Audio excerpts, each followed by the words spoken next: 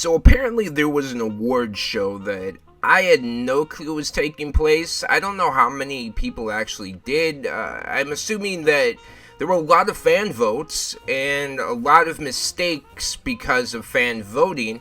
But we're going to go into the problems, I guess, with the Steam Awards.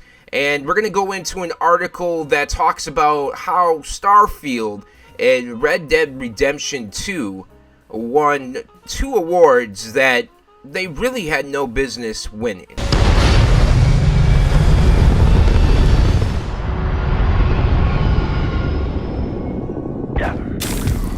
Alright, so here we are on GamesRadar.com, and its headline says, as Starfield and Red Dead Redemption 2 claim controversial prizes, doubt is being cast over the value of the Steam Awards.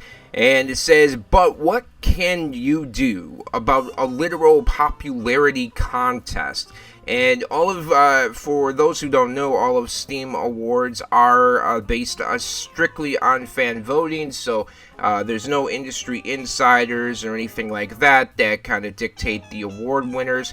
This is kind of like, I feel like this. We'll get into the article, and then I'll kind of go into my little Kyle speech. It was because of the magical power of threatening people with violence. That's obviously the only true power. But this article reads, the winners of the Steam Awards 2023 were announced yesterday, but a few of the victors have called the value of the fan vote into question. Baldur's Gate 3 was the biggest winner, claiming both Game of the Year and Outstanding Story-Rich Game Award. She looks you up and down, her mind touches yours. You feel her hand at your neck, her lips closing around yours. No issue with that. Elsewhere, Dave the Diver was recognized for its relaxing vibes, and Lethal Company was dubbed better with friends. Dave the Diver is a really dope game, but I actually thought it came out in 2022. Through the dangerously dark depths of the daunting deep sea. Dave the Diver. I could be wrong about that, but if it came out this year, it's one of the best indie games to come out this year. The biggest question mark hovers over Starfield and its receipt of the most innovative gameplay award. I can't wait for this day to be over.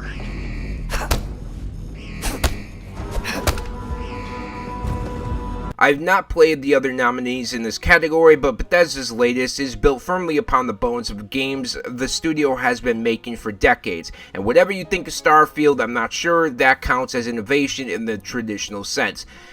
The Starfield winning the most innovative gameplay award is absolutely ridiculous. There's nothing innovative about Starfield at all.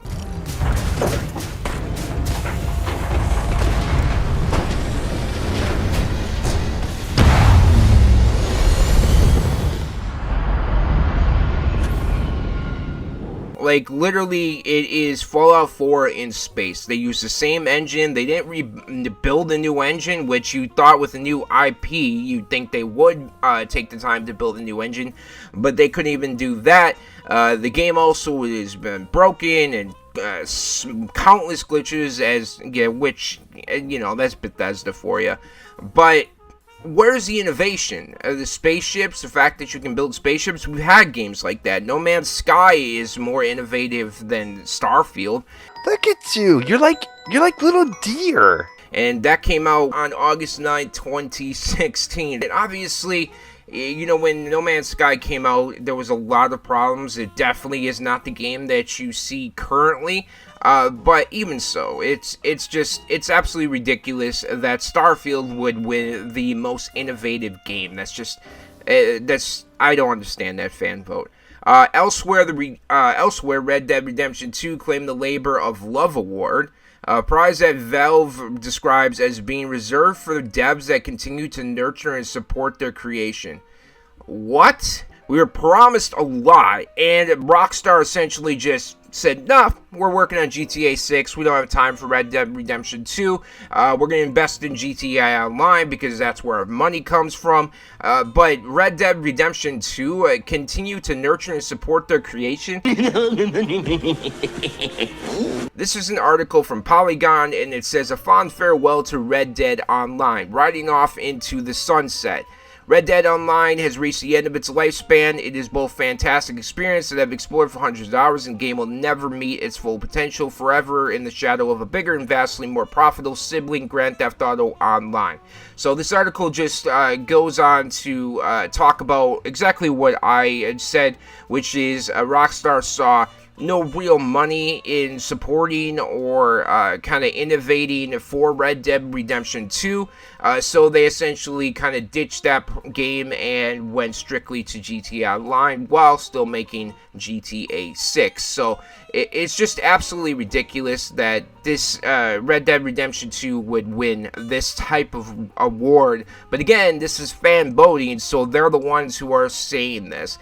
Not only were all the other games on the shortlist for this category actual multiplayer games rather than single-player games with online components, but in 2022, the Red Dead Online community held literal funerals. This takes us to Red Dead Online is dead, and its funerals next week, fans say. And I remember the hashtag Save Red Dead Online. Of course, Rockstar completely ignored it, but this is a lot of people were really hoping that Rockstar didn't just abandon Red Dead Redemption 2, but they did. So we'll get into like all the Steam awards, we'll get into like all the nominees and everything like that, so we can kind of see who they were up against. Maybe they were up against some, games that don't have support either, I don't know, but we'll finish this article here.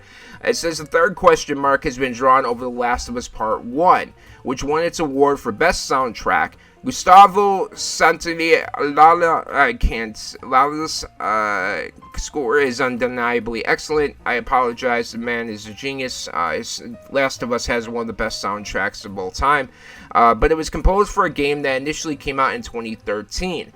And while Part 1 may have only arrived on Steam last year, Naughty Dog's inclusion here is another indication of the power of fandom in these awards.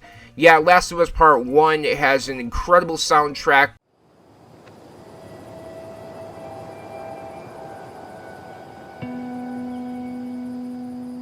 As Games Radar has stated, it came out in 2013, so it's not like the soundtrack changed for Last of Us Part 1 coming to PC. It's literally the same soundtrack. At the end of the day, the Steam Awards are a pure fan vote. It's not hard for a popularity contest to be manipulated, especially when the eventual winners are from studios as massive and mainstream as Bethesda, Rockstar, and Naughty Dog. There's little to be done about the situation that led to this year's winners, and even if Valve were to make adjustments, what does that say to the winners that have been deemed more deserving of their prizes? I want you to suck it. Alright, so let's go ahead and we'll hop over to the Steam Awards themselves and see who got nominated and all that, unless it doesn't actually show the nominations. I guess it doesn't. Oh wait, it show finalists. Okay, so we'll start with the Game of the Year award for the Steamies, and the finalists were, in Baldur's Gate 3, you see as a winner, Lethal Company, FC24, Resident Evil 4, Baldur's Gate 3, Hogwarts Legacy. Not real big competition here. Resident Evil 4, I absolutely love the remake. I think Capcom did turned a masterpiece into an extra masterpiece. Someone? Maybe. Some missing senorita? It has to be different. It's absolutely amazing. I didn't play Lethal Company. FC24 I'm not really interested in. And Hogwarts Legacy is a good game, but it felt like it was a template for a potential sequel, which could be better because this story was really boring, honestly. But Baldur's Gate 3 definitely deserved to win that. VR games Labyrinth. I haven't heard of this game, but it says, let's see, F1 Formula 1. I expect 23. I expect you to die 3. Ghosts of Tabor, Labyrinth, and Gorilla Tag. So Labyrinth, I haven't heard. So the only game I've heard of is Formula 1 23, but I haven't heard of any of these other games. Obviously, they're VR, so they might be only VR, but Labyrinth, just by the cover alone, looks kind of interesting, so I might have to check out that game.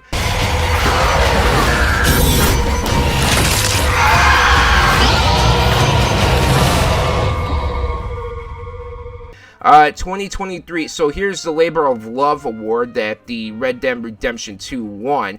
This game has been out for a while. The team is well past the debut of their creative baby, but being the good parents they are, these devs continue to nurture and support their creation. This game to this day is still getting new content after all these years. What? Like, Dota 2, Apex Legends, Deep Rock Classic, Rust, and obviously Fortnite to me would be one of the ones on this list, but it's Epic Games, so Steam isn't gonna promote Epic. But Dota 2, I imagine there's new stuff coming out. Apex Legends, I know there's new stuff coming out. Rust, I imagine there's new stuff coming out. Red Dead Redemption 2, I mean, we went into the articles. It's a dead game, so this vote doesn't make sense at all. That's stupid. Best Game on Steam Deck award goes to Hogwarts Legacy, Diablo 4, Outlast Trials, Brotatu, Dredge. Yeah, okay. I mean, I want a Steam Deck. I haven't played it. I have to imagine Hogwarts Legacy works pretty decently on it, but I do not know.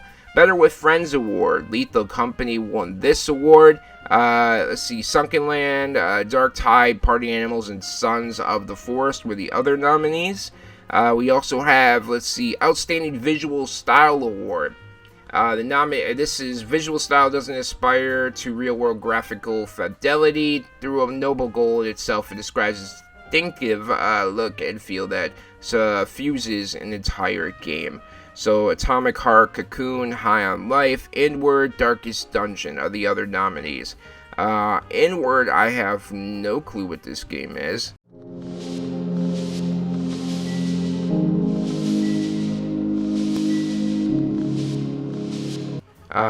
Recent reviews is pretty mixed. Okay. Cocoon I have heard of. I've been meaning to play it. I haven't though. And High on Life is a really fun game. I definitely love that game. Hey there. Thanks for coming over here. I'm the goop guy around these parts. You wanna sneak into G3 facilities? You gotta get covered in goop. That's just how it goes. My stuff's quality. So you want some goop, right? Atomic Heart. This award's closer than I would like to say. But I prefer High on Life as art style. Atomic Heart just looks like a generic BioShock in my opinion. If you love the game, that's great, but I guess it just wasn't for me. Most Innovative Gameplay Award. Here's the other one that was basically ridiculous for Starfield to win this. Oh, you hit me. Your aim is immaculate, so I suspect something must be wrong with your weapon. But let's see at the nominees. Your Only Move is Hustle, Contraband Police, Remnant 2, Shadows of Doubt. Remnant 2 I absolutely loved.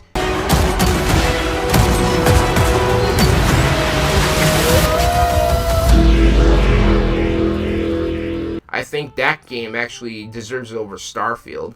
But Starfield definitely. Innovative is... That's... Nah, like nobody has ever said the word Starfield is innovative unless they're talking about a Steam award here. Yeah, it's just ridiculous. But Best Game You Suck At award, Sifu is the winner here. SC24, Lords of Fallen, Overwatch 2, Street Fighter 6. Yeah, I mean, I guess. Sifu, I never played. Overwatch 2, I don't really care for. Street Fighter 6 is pretty decent. I prefer Mortal Kombat 1. Lords of Fallen, Rocky has played it. He said it's actually a pretty decent game. Rise up and ignite the darkness.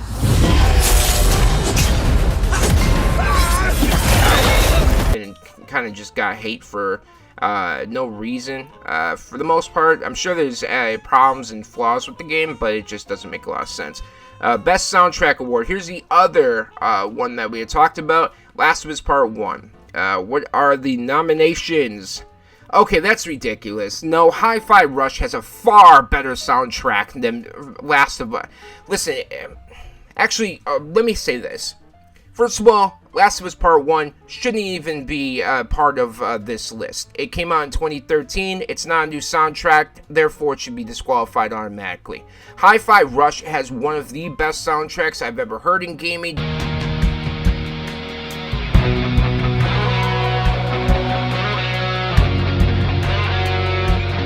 just like Last of Us Part 1, but it came out this year. The winner should be Hi-Fi Rush, and the fact that it didn't win is a travesty. Outstanding Story, Rich Game Award, Baldur's Gate 3, definitely deserving. I have no... What is this? Love is All Around.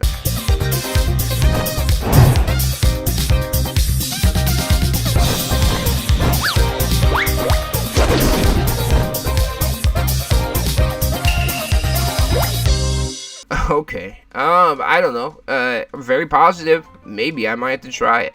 Resident Evil 4, Jedi Survivor, Liza P.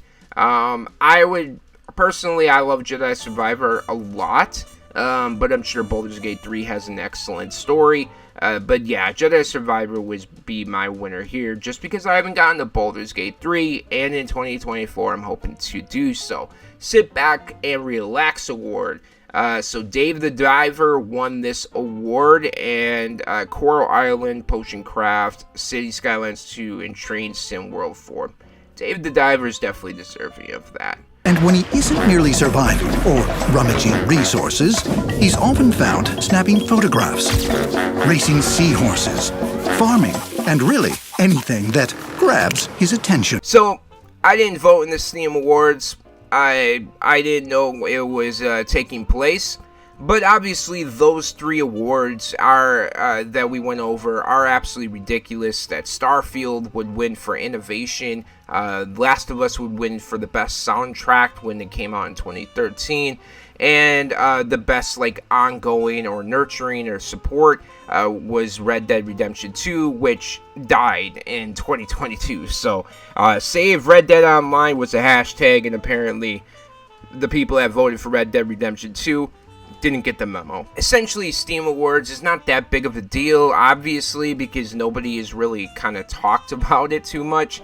But this is the big problem with fan voting. You do get things like this that do happen, where games that should not win awards do, because either fans are trolling, or there's just, you know, diehard loyalists that will always pick their game no matter what it's up against. And honestly, I've seen this in like NBA. I'm an NBA fan, so I see this in NBA All-Star voting with fans. You can also see like MLB, but the biggest problem with like in NBA, essentially fan votes have, to me, have always been a major issue.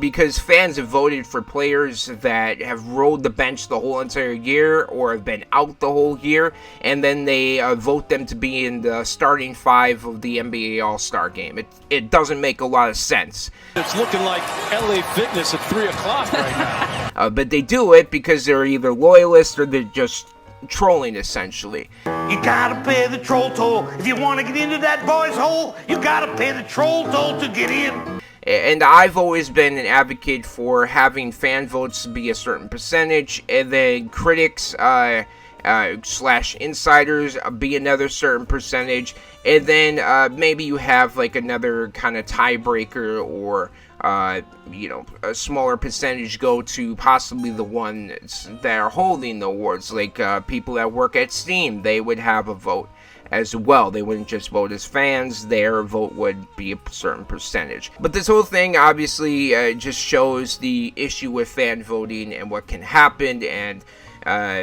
whether or not they fix it for the future, I'm not really sure. But if they do all of a sudden fix it next year, at least we'll know why, because Red Dead Redemption 2 it died in 2022, Last of Us Part 1 came out, the soundtrack was released in 2013, and Starfield is not innovative.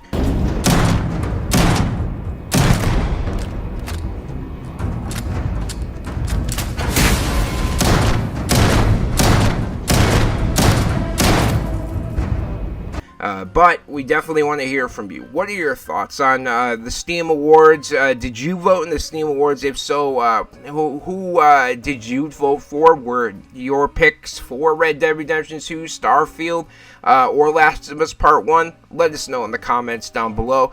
And thank you so much for chilling with me. If you liked this video, don't forget to leave a like, and we'll see you all in the next gaming sessions.